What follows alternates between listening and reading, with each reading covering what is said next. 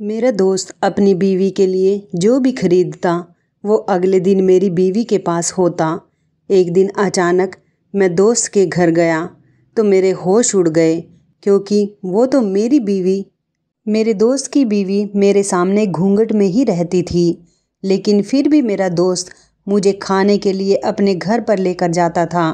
एक दिन मेरा दोस्त अपनी बीवी के लिए एक सुंदर सी पायल लेकर गया। मैं अपने घर वापस आया तो अपनी बीवी के पाँव में वही पायल देखकर मैं हैरान रह गया। मुझे कुछ शक हुआ तो मैं अगले ही दिन अपने दोस्त के घर बिना बताए ही चला गया। जैसे ही मैंने अंदर कदम रखा तो मेरी जान ही निकल गई, क्योंकि वो तो आज फिर शाम को धीरज मेरे सिर पर खड़े होकर जिद कर रहा था कि मेरे साथ घर चलो, तुम्हारी भाभी ने बिरयानी बनाई है। मैंने साफ साफ मना कर दिया था, क्योंकि रोज़ रोज़ धीरज के घर जाना मुझे अच्छा नहीं लगता था। उसकी बीवी मेरे सामने घूंघट में ही रहती थी और मैंने महसूस किया था कि मेरी मौजूदगी में वो असहज महसूस करती है। लेकिन पता नहीं ये सब धीरज की नज़रों से कैसे छुपा हुआ था। वो हफ्ते में 2-3 बार ज़बरदस्ती मुझे अपने साथ घर लेकर जाता था। धीरज और मैं एक ही ऑफिस में काम करते थे। हमारे बीच दोस्ती भी खूब थी। मेरी शादी हुई तब वो सिर्फ एक बार ही मेरे घर आया था। उसके बाद से उसने कभी मेरे घर में कदम नहीं रखा था। मैंने कहा, नहीं यार, मैं आज तुम्हारे साथ नहीं आ सकता। धीरज ने कहा, क्यों? कारण बताओ। ज़रूर तुम भाभी के लिए जल्दी घर जाना चाहते होंगे। मैंने सोचा कि इस तरह तो ये मेरा पीछा नहीं छोड़ेगा, इसलिए मैं कोई और ही बहाना बना लेता हूँ। मैंने ना में सिर हिलाया और बोला, नहीं यार, ऐसी बात नहीं है। दरअसल मेरे पापा की तबीयत खराब है, इसलिए उन्हें डॉक्टर के पास लेकर जाना है। वैसे भी आज घर जाने में बहुत लेट हो गया है। धीरज ने सिर हिलाया और बोला, अच्छा तो ये मजबूरी है, तो ठीक है, मैं तुम्हें मजबूर नहीं करूँगा, तुम चले जाओ। दरअसल मेरे माता पिता एक अलग घर में रहते थे, जबकि मैं और मेरी बीवी कंपनी की तरफ से दिए हुए घर में रहते थे। खैर, मैं धीरज से जान छुड़वाकर ऑफिस से घर आ चुका था, लेकिन मुझे ये देखकर आश्चर्य हुआ कि उस समय मेरी बीवी घर पर मौजूद नहीं थी। ऐसा पहले कभी नहीं हुआ था। सुनैना और मेरी शादी को 2 साल हो गए थे। इन 2 सालों में मैं जब भी ऑफिस से घर लौटता था तो अपनी बीवी को घर पर ही पाता था। उसका इस तरह घर से गायब हो जाना मामूली सी बात थी। इसलिए मैं चौकीदार के पास गया और बोला, भाई साहब, मेम साहब कहाँ गई हैं? कुछ बता कर गई है? चौकीदार ने बोला, साहब जी, वो रोज़ की तरह ही घर से निकल गई हैं, जल्दी वापस आ जाएगी। मैं तो चौकीदार की बात सुनकर ही दंग रह गया था। ये वो क्या कह रहा था? रोज़ की तरह घर से निकली थी तो क्या वो अक्सर घर से बाहर जाती थी? तो मुझे इसकी जानकारी क्यों नहीं हुई? मैं बोला, भाई साहब, आपका क्या मतलब है? उसने कहा, साहब जी, हम तो नौकर हैं, हमें क्या पता कि घर के मालिक कहाँ से आते हैं और कहाँ जाते हैं। जब मेम साहब आ जाएगी तो खुद ही पूछ लेना। मैंने सिर हिलाया और अपने कमरे में वापस चला गया, लेकिन मेरा दिमाग बुरी तरह से उलझ गया था। मेरी बीवी कहाँ जा सकती थी? इसी तरह 2 घंटे बीत गए थे। तभी धीरज का फ़ोन आया। उसने कहा, अंकल का चेकअप हो गया क्या? डॉक्टर कुछ कह रहे थे। मैंने कहा, नहीं यार, पापा ने आज जाने से मना कर दिया था, वो किसी काम में बिजी थे। धीरज की आवाज़ में चिंता झलक रही थी। वो बोला, सोनू, तुम ये क्या कह रहे हो? तुमने तो मुझसे कहा था कि अंकल का चेकअप करवाना है। धीरज की आवाज़ में नाराज़गी साफ झलक रही थी। मुझे भी बहुत चिंता हो रही थी, इसलिए मैं बोला, क्या करता यार, पिताजी ने जाने से मना कर दिया। इतना कहकर मैंने फ़ोन रख दिया था। अभी आधा घंटा ही गुजरा था कि मेरी बीवी कमरे में दाखिल हो गई थी। वो बहुत घबराई हुई लग रही थी। वो बोली, सोनू, सॉरी, मैं घर में नहीं थी, आपको भूख तो नहीं लगी? मैंने ना में सिर हिला दिया और बहुत ध्यान से सुनैना के चेहरे को देखने लगा। वो कुछ टेंशन में लग रही थी। मैंने कहा, सुनैना, कहाँ गई थी तुम? वो नज़रें चुरा कर बोली, मैं पड़ोसन के घर गई थी, उससे मेरी बहुत अच्छी दोस्ती हो गई है। मैंने सिर हिलाया और उससे कोई और सवाल नहीं पूछा, क्योंकि मुझे अच्छा नहीं लग रहा था कि मेरी बीवी मुझसे नज़रें चुरा कर बात करे। खैर उसने खाना बनाया। फिर हम खाना खाने बैठ गए थे तो सुनैना कहने लगी, सोनू आप तो पिताजी को डॉक्टर के पास लेकर जाने वाले थे ना, क्या हुआ फिर? सुनैना की बातें सुनकर मैं हैरान रह गया था, क्योंकि मेरे पिताजी को अस्पताल लेकर जाने का कोई इरादा नहीं था और ना ही उनके चेकअप की जरूरत थी। ये बात तो मैंने ऑफिस में बैठे बैठे ही बना ली थी, ताकि मुझे धीरज के साथ उसके घर ना जाना पड़े और उसकी बीवी को भी किसी तरह की कोई परेशानी ना हो। मैंने सुनैना की तरफ देखा और बोला, मैंने तुमसे कब कहा था कि मैं पिताजी को अस्पताल लेकर जा रहा हूँ?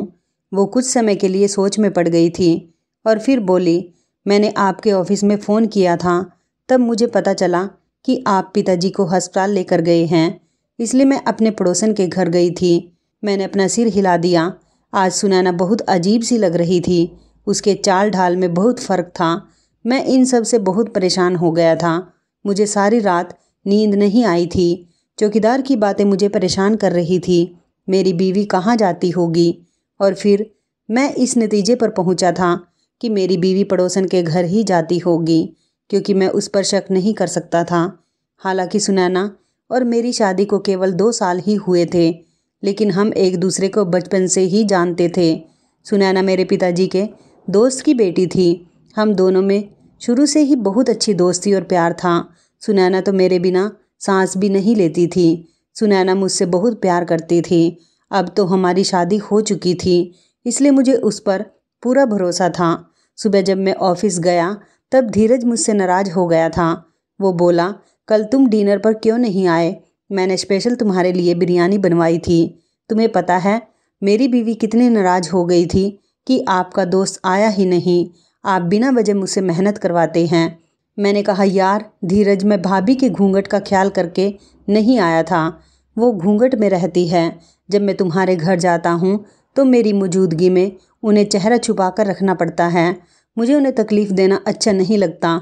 धीरज कहने लगा, यार मेरी बीवी सिर्फ तुम्हारे सामने ही ऐसा नहीं करती, बल्कि जब मेरा भाई घर आता है तब भी वो ऐसा ही करती है। तो क्या मैं अपने भाई को घर बुलाना बंद कर दूँ? मैंने ना में सिर हिलाया और बोला, वो तुम्हारा सगा भाई है। मैं नहीं चाहता था कि मेरी वजह से तुम्हारे और भाभी के बीच झगड़ा हो। मेरी बात सुनकर धीरज हंसने लगा था। वो बोला, अरे यार मेरी बीवी ऐसी नहीं है। लगता है सुनैना भाभी तुम्हें मेहमान बुलाने की परमिशन नहीं देती, तभी तो तुम इतना डरते हो। जबकि मेरी बीवी कहती है कि धीरज, मेहमानों को खाना खिलाने का भी भगवान इनाम देते हैं।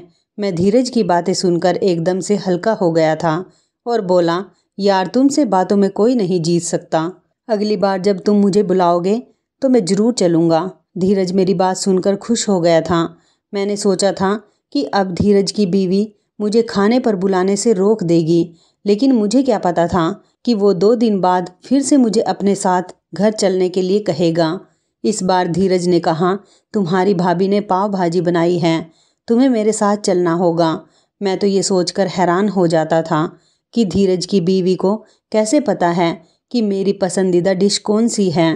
खैर धीरज ने मुझे बोला तो मुझे उसके साथ जाना ही पड़ा था, क्योंकि मैं इस बार मना करके उसका दिल दुखाना नहीं चाहता था। ऐसा नहीं था कि पूरे ऑफिस में धीरज की सिर्फ मुझसे ही दोस्ती थी। मेरे अलावा भी उसके 3-4 बहुत अच्छे दोस्त थे, लेकिन वो उन्हें कभी भी अपने घर लेकर नहीं गया था। जबकि मेरे मना करने पर भी वो मानता नहीं था। मैं धीरज के साथ उसके घर चला गया था। उसकी बीवी बहुत घबराई हुई थी। उसने काले रंग का ड्रेस पहना हुआ था और दुपट्टे से अपने चेहरे को पूरी तरह से ढक कर रखा था। मैं भाभी की मौजूदगी में अपनी आंखें नीचे ही रखता था, लेकिन फिर भी जब वो कुछ बर्तन रख रही होती तो बर्तन के बजने की आवाज़ से साफ पता चलता था कि बर्तन रखने वाले के हाथ कांप रहे हैं। खैर खाना लग गया तो मैं और मेरा दोस्त खाने के लिए बैठ गए थे। तभी मुझे सुनैना का ख्याल आया था। मैं बोला, यार तुम्हारी भाभी परेशान हो रही होगी, मैं उसे कॉल करके बता दूं कि मुझे लौटने में देरी हो जाएगी। मेरी बात सुनकर धीरज के मुंह में निवाला फंस गया था। मैंने झट से उसे पानी का गिलास दे दिया था, लेकिन फिर भी उसकी खांसी बंद नहीं हुई। फिर वो बोला, अगर तुम भाभी को छोटी छोटी बातें फ़ोन करके बताया करोगे तो उनके दिल से तुम्हारा रुतबा ख़त्म हो जाएगा। उनको ज़रा तुम्हारा इंतज़ार करने दो। इंतज़ार की तड़प से ही मोहब्बत बढ़ती है। मैंने हंस दिया और बोला, बस बस, अपने विचार अपने पास ही रखो। हम दोनों में बचपन से ही बहुत प्यार है। धीरज की मुस्कुराहट एक क्षण के लिए फीकी पड़ गई थी। उसके चेहरे पर एक अलग सी ही झलक नज़र आई थी जिसे मैं समझ नहीं पाया था। मैंने अपना मोबाइल उठाया और सुनैना का नंबर डायल किया था। तभी घंटी बजने लगी। तभी मैंने किसी एहसास के कारण फ़ोन कान से हटा दिया था। ऐसा लगा था जैसे सुनैना का मोबाइल किचन में बजा हो, लेकिन अब आवाज़ बंद हो गई थी। मैंने फिर से फ़ोन कान पर लगाया और बोला, सुनैना कहाँ हो? सुनैना बोली, मैं कहाँ जाऊँगी, मैं तो घर पर ही हूँ। आप मुझे बताओ कि आप कहाँ हो? मैं कब से आपका इंतज़ार कर रही हूँ। मैंने बोला, यार आई एम सॉरी, मैं तुम्हें बताना भूल गया था। दरअसल मैं धीरज के घर पर आया हूँ। मैंने यही खाना खा लिया है, तुम भी खाना खा लेना। सुनैना ने हाँ बोला तो मैंने फ़ोन रख दिया था। खाना ख़त्म करके मैं अपने घर आ गया था। मैं अपने घर में दाखिल हुआ तो किसी एहसास की वजह से एक पल के लिए रुक सा गया था। मैंने चौकीदार से पूछा, भाई साहब आज मेम साहब कहीं गई थी क्या?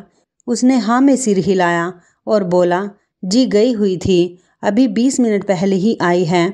मुझे आश्चर्य हुआ था क्योंकि मैंने 1 घंटे पहले ही सुनैना को फ़ोन किया था और वो मुझसे कह रही थी कि मैं घर पर ही हूँ। पता नहीं क्यों वो अपनी बातें मुझसे छुपाने लगी थी। जब मैं अपने कमरे में आया तो सुनैना अपना मुंह फुलाकर बैठी हुई थी। मैं उसके सामने जाकर बैठ गया और बोला, क्या बात है सुनैना, तुम बहुत नाराज़ लग रही हो। तो वो बोली, तो क्या, मैं अब नाराज़ भी नहीं हो सकती? आप हर दिन अपने दोस्त के घर चले जाते हैं।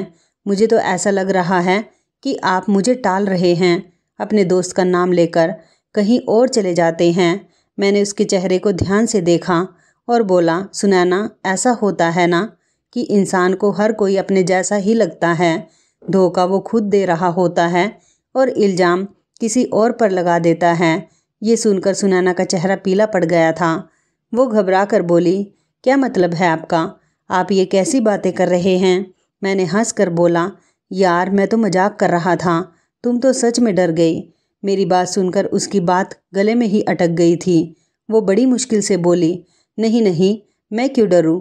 मुझे तो आप पर हैरानी हो रही है कि एक तो आप बिना बताए घर से चले जाते हैं, फिर मेरे सवालों का जवाब देने के बजाय घुमा फिरा कर बातें करते हैं। मैंने सुनैना का हाथ पकड़कर बोला, सुनैना जब कोई बिना बताए घर से कहीं चला जाए तो क्या होता है? सुनैना कहने लगी, ये गलत बात होती है। पति पत्नी एक दूसरे का लिबास होते हैं, वो एक दूसरे के राजदार होते हैं। उन्हें ऐसा चाहिए कि वो एक दूसरे से हर बात शेयर किया करें। घर से बिना बताए जाना बुरी बात है। मैं बोला, जब पति बिना बताए घर से चला जाता है तब बुरी बात होती है। ये कानून दोनों पर लागू होता है। मेरी बीवी सुनते ही नाराज हो गई थी। उसने अपना हाथ छुड़ाया और बाहर चली गई थी। वो कहने लगी, ना जाने धीरज के घर से क्या खाकर आते हैं कि आपकी बातें कभी ख़त्म ही नहीं होती। वो बाहर चली गई तो मैं सोच में पड़ गया था कि मेरी बीवी मुझसे झूठ बोलकर बाहर क्यों चली जाती है। वो मुझे बहुत सीधे तरीके से भी तो बता सकती है कि सोनू, जब आपका फ़ोन आया था तब मैं घर पर नहीं थी, मैं अपनी सहेली के घर गई थी। या फिर वो जाने से पहले मुझे एक मैसेज तो भेज सकती थी। फिर वो मेरे सामने ऐसा बर्ताव करती है कि वो कभी घर से बाहर जाती ही नहीं हैं। आज मैं सुनैना के साथ इस तरह की बातें घुमा फिरा कर इसलिए कर रहा था कि शायद वो घबराकर मुझे पूरी सच्चाई बता दे, लेकिन वो तो उल्टा मुझ पर ही इल्ज़ाम लगाकर चली गई। इसका मतलब ये था कि सुनैना जहाँ जाती है उसके बारे में मुझे बताना नहीं चाहती, जबकि ये जानना मेरे लिए बहुत ज़रूरी था कि मेरी बीवी कहाँ जाती है। कहीं वो किसी मुसीबत में तो नहीं फंस गई। मेरी बीवी की सुरक्षा मेरे लिए सबसे ऊपर थी। मैंने सोचा कि मैं खुद पता लगा लूँगा, इसलिए मैंने चौकीदार से मदद लेने का फ़ैसला किया था। सुबह ऑफिस जाने से पहले मैंने चौकीदार को इशारा करके घर के बाहर बुलाया था। मैं बोला, भाई साहब, मेम साहब कितने बजे घर से बाहर निकलती हैं? वो सोच में पड़ गया और बोला, वो घर से तभी निकलती है जब आपके ऑफिस की छुट्टी का समय होता है, और भगवान की करनी ये होती है कि उस दिन आप भी घर देर से लौटते हैं, लेकिन आपके आने से पहले मेम साहब घर पहुंच जाती हैं। मैंने चौकीदार को धन्यवाद दिया और अपनी कार में आकर बैठ गया। चौकीदार ने मुझे जानकारी दी थी। उससे ये मालूम होता था कि किसी न किसी तरह से सुनैना को पहले ही पता चल जाता होगा कि मैं धीरज के घर जाने वाला हूँ। अब सोचने की बात ये थी कि अगर मैं अपनी बीवी को अपने बारे में नहीं बताता तो उसे मेरी इस बात के बारे में कौन बताता होगा। मुझे सुनैना पर अंधा विश्वास था, इसलिए मैं मान ही नहीं सकता था कि वो मुझे किसी तरह का धोखा दे रही है। लेकिन फिर भी ये सारी बातें मुझे परेशान करने वाली थी। अब मुझे किसी न किसी नतीजे पर पहुंचना ही था। मैं इन दिनों बड़ा परेशान रहने लगा था। धीरज को भी मेरी परेशानी का एहसास हुआ था।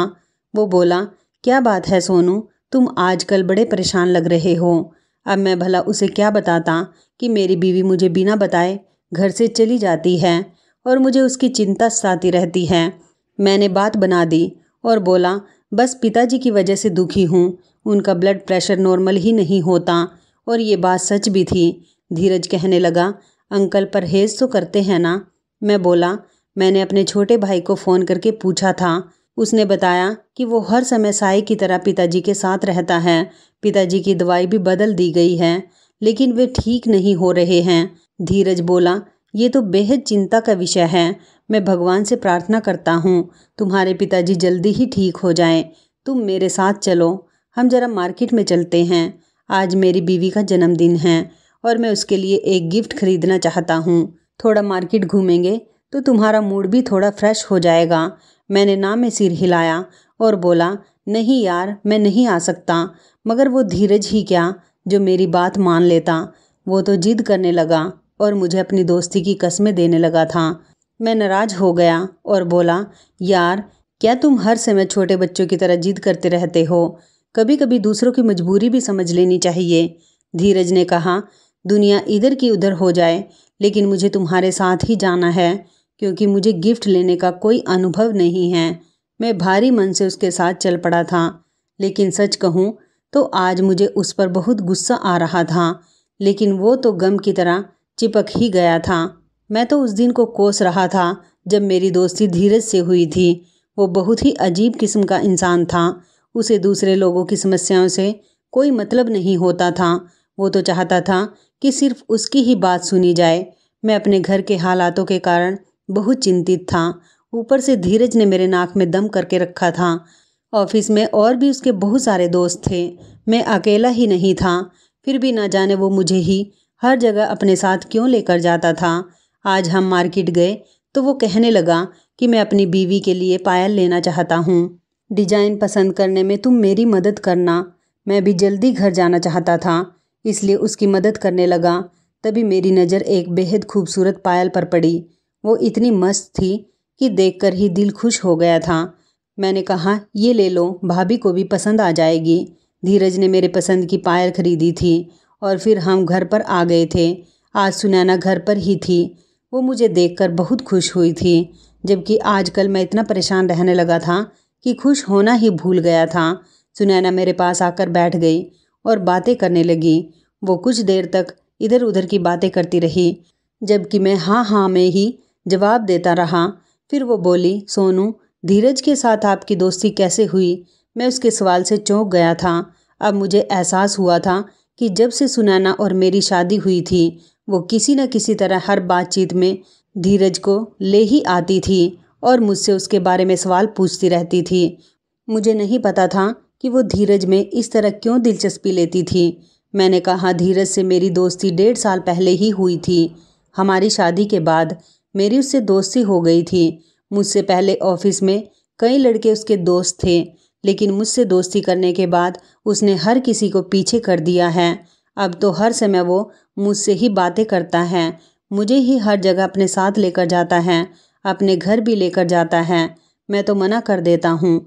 वो इसलिए क्योंकि उसकी बीवी हरदम घूंघट में ही रहती है और मुझे रोज़ रोज़ उसके घर जाना अच्छा नहीं लगता। लेकिन ये धीरज तो मेरी बात समझता ही नहीं। वो हर बात में मेरे से जिद करता है। अब मैं उससे थक चुका हूँ। सुनैना झट से बोली, किसी की ईमानदारी और प्यार से तंग नहीं होना चाहिए। खुशनसीब इंसान वो होता है जिसे सच्चे दोस्त मिलते हैं। मैंने सिर हिला दिया था। आज मैंने सुनैना को धीरज के बारे में विस्तार से बता दिया था। तभी सुनैना ने मेरा हाथ पकड़ लिया और बोली, सोनू, अगर आपको कभी पता चले कि धीरज ने आपको धोखा दिया है तो आप क्या करेंगे? सुनैना के इस सवाल पर मेरे कान खड़े हो गए थे। मैंने कहा, किस तरह का धोखा? बिजनेस में या फिर निजी ज़िंदगी में? सुनैना बोली, निजी ज़िंदगी में। मेरा मतलब है आपका दोस्त आपके हक पर डाका डाल दे तो आप किसी चीज़ को बहुत दिल से चाहते हैं और अगर धीरज वो आपसे छीन ले तो आप क्या करेंगे? सुनैना के इस सवाल ने मुझे बहुत बेचैन कर दिया था। धीरज और सुनैना की कई सारी पहेलियाँ एक दूसरे से मेल खा रही थी और अब उसका ये सवाल। मैंने कहा, सुनैना, जो चीज़ मेरी होगी वो चीज़ मुझे छोड़कर कभी धीरज के पास नहीं जाएगी। सुनैना बोली, फिर भी यदि ऐसा कभी हुआ तो आप धीरज के साथ कैसा सलूक करेंगे? क्या आप उसके साथ दोस्ती ख़त्म कर देंगे? मैंने बेचैन होकर बात बदल दी और बोला, तुम क्या बेकार का सवाल लेकर बैठ गई हो? उठो, मेरे लिए चाय बनाकर लेकर आओ। सुनैना बहुत परेशान हो गई थी, लेकिन वो बिना कुछ कहे किचन में चली गई और मैं अंदर ही अंदर जलता रह गया। अब मैं चाहता था कि मेरे सामने सब कुछ पूरी तरह से खुल कर आ जाए, लेकिन मेरे हाथ कोई सुराग नहीं लग रहा था। मैंने सोच लिया था कि इस राज से पर्दा उठाने के लिए मैं हर हद से आगे निकल जाऊंगा। अगर इसके लिए मुझे सुनैना पर सख्ती का रुख अपनाना पड़ेगा तो भी मैं पीछे नहीं हटूंगा। लेकिन मुझे क्या पता था कि कुदरत मेरे लिए कुछ और ही सोच कर बैठा है। वो मुझे खुला इशारा देना चाहता है। हुआ ये कि जब मैं अगले दिन ऑफिस से वापस लौटा तो ये देखकर जान ही निकल गई कि सुनैना ने वही पायल पहनी हुई थी जो धीरज ने कल मेरे साथ जाकर अपनी बीवी के लिए लेकर आया था। मैं इस पायल को देखकर दंग रह गया। अब मुझे समझ में आ गया था धीरज और सुनैना का आपस में कोई ना कोई संबंध तो जरूर है। मैंने कहा, सुनैना, तुमने इतनी खूबसूरत पायल कहाँ से ली? ये तो तुम्हारे पाँव में बहुत अच्छी लग रही है। मैंने जानबूझकर उसे जल्दी वाले अंदाज में कहा था ताकि सुनैना को कुछ समझ में ना आए। वो मुस्कुरा कर बोली, सोनू, जब आप ऑफिस चले जाते हैं ना तब मैं अक्सर अपनी सहेली के घर चली जाती हूँ। उसी सहेली ने मुझे दी है। मैंने सिर हिला दिया था। अब मैंने पूरा प्लान सोच लिया था, इसलिए अगले दिन जब मैं ऑफिस चला गया तो धीरज से बोला, आज मैं तुम्हारे घर डिनर पर चलूँगा। अपनी बीवी से कहो कि कुछ अच्छा सा खाना बना दे। धीरज बहुत खुश हो गया और उसने तुरंत थोड़ा दूर जाकर अपनी बीवी को फ़ोन किया था। छुट्टी होने को 1 घंटा बाकी था तब मैं धीरज को बिना बताए चोरी छुपे ऑफिस से निकल गया था और उसके घर की ओर बढ़ने लगा था। उसके घर पहुंचते ही मैंने अचानक से दरवाज़ा खोल दिया और अंदर दाखिल हो गया। तभी सामने का मंजर देखकर तो मुझ पर कयामत ही टूट पड़ी थी, क्योंकि वहाँ तो मेरी बीवी सुनैना बैठी थी। सुनैना मुझे देखकर थोड़ी डर गई। मैं आगे बढ़ा और बोला, सुनैना, तुम यहाँ? तुम कैसे जानती हो इन लोगों को? सुनैना रोने लगी और मेरे कदमों में गिर गई और बोली, सोनू, मेरी बात सुनो। मैंने आपके साथ कोई धोखा नहीं किया है। सोनू, आप तो जानते हैं कि आपके पिताजी के दोस्त के यहाँ 2 जुड़वा बेटियां पैदा हुई थी। दोनों का रंग रूप एक जैसा ही था। आपकी सुनैना से सगाई हो चुकी थी, वह भी आपको पहचानती थी, मगर जब शादी की तारीख तय हो गई थी तो वो थोड़ी घबराई हुई थी। मुझे उस पर शक हुआ कि ज़रूर कुछ गड़बड़ है। मैंने उससे कई बार पूछा, लेकिन उसने मुझे अंदर की बात नहीं बताई। जब शादी का दिन आया तो सुनैना घर से भाग गई। उसने खत लिखा था जिसमें उसने ये बताया कि वो किसी और लड़के को पसंद करती थी और उसी लड़के के साथ भाग कर जा रही हैं। ये सब पढ़ने के बाद तो घर वालों पर कयामत आ गई थी। पिताजी ने मेरे सामने हाथ जोड़े और कहा, पल्लवी, तुम हमारी इज्जत बचा लो। सुनैना की जगह तुम दुल्हन बन जाओ। और मुझे उनकी बात माननी पड़ी। मैं दुल्हन बन गई और आपके साथ विदा होकर आ गई। पीछे से घर वालों ने ये नाटक रचाया कि पल्लवी एक लड़के के साथ भाग गई है। मैं बेकसूर थी, लेकिन फिर भी घर वालों ने मुझे ही मार दिया। मैं तब से आज तक सुनैना बनकर आपके साथ रह रही हूँ। एक दिन धीरज खाने पर घर आया हुआ था। मैं उसे नहीं जानती थी, लेकिन मेरी शक्ल सुनैना से मिलती जुलती होने से पहचान गया था। घर जाकर उसने सुनैना से इसका जिक्र किया तो सुनैना ने मुझे फ़ोन किया और हमारा फिर से संपर्क हुआ। और धीरज आपको इसलिए ज़बरदस्ती अपने घर लेकर जाता था ताकि मुझे और मेरी बहन को एक साथ वक्त बिताने का मौका मिल जाए। आप और धीरज लॉन्ज में बैठ जाते थे, जबकि सुनैना और मैं उसके कमरे में बैठते थे। फिर मैं पिछले दरवाजे से निकलकर आपसे पहले ही घर पहुंच जाती थी। मैं आपके ऑफिस टाइम में इसलिए घर से नहीं निकलती थी कि कहीं आप अचानक से घर ना आ जाएं। घर आते तो मुझसे पूछताछ करते कि कहाँ गई थी, तब मैं आपको क्या जवाब देती। खैर, जिस दिन आपको सुनैना के घर जाना होता था वो फ़ोन करके आपसे पहले ही मुझे बुला लेती थी, इसलिए आपको कभी भी पता नहीं चल सका। इतनी देर में सुनैना भी किचन से निकल कर बाहर आ गई थी। उसने मेरे सामने हाथ जोड़ दिए और रोने लगी। वो बोली, मुझे माफ़ कर दो सोनू, मैं धीरज से मोहब्बत करने लगी थी। मोहब्बत किसी और के साथ रहती आपके साथ तो ये बहुत बड़ा अन्याय होता आपके साथ, इसलिए मैं घर से भाग गई। आपको पल्लवी के रूप में मुझसे अच्छी बीवी मिल गई है। प्लीज़ मेरे किए की सज़ा इसे मत दीजिएगा। मैं पल्लवी का हाथ पकड़कर उसे अपने घर लेकर आ गया था।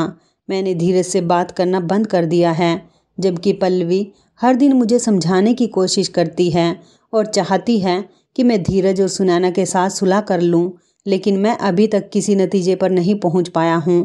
आप बताएं, मुझे क्या करना चाहिए? धीरज और सुनैना को माफ़ कर देना चाहिए या उनसे अलग हो जाना चाहिए? तो इस कहानी के बारे में आपकी क्या राय है? कमेंट करके ज़रूर बताइएगा। दोस्तों, आपको हमारी ये मज़ेदार कहानी कैसी लगी? आप हमें कमेंट बॉक्स में ज़रूर बताएं। यदि आपके पास भी ऐसी कोई प्यारी सी कहानी है या फिर ऐसी कोई कहानी जिससे कुछ शिक्षा मिले, तो आप हमारे साथ उसको ज़रूर शेयर करें। दोस्तों, यदि आपको हमारी ये वीडियो अच्छी लगे तो आप हमारी इस वीडियो को लाइक शेयर ज़रूर करें और ऐसी ही दिल को छू लेने वाली प्रेरणादायक कहानियाँ सुनने के लिए हमारे चैनल को भी सब्सक्राइब करें। यदि आप हमें फेसबुक पर देख रहे हैं तो आप हमारे फेसबुक पेज को लाइक और फॉलो ज़रूर करें। तो दोस्तों, फिर मिलते हैं ऐसी ही ज़बरदस्त कहानी या टिप्स के साथ नई वीडियो में। तब तक के लिए धन्यवाद। आप सभी अपना ख्याल रखना। आपका दिन शुभ व मंगलमय हो।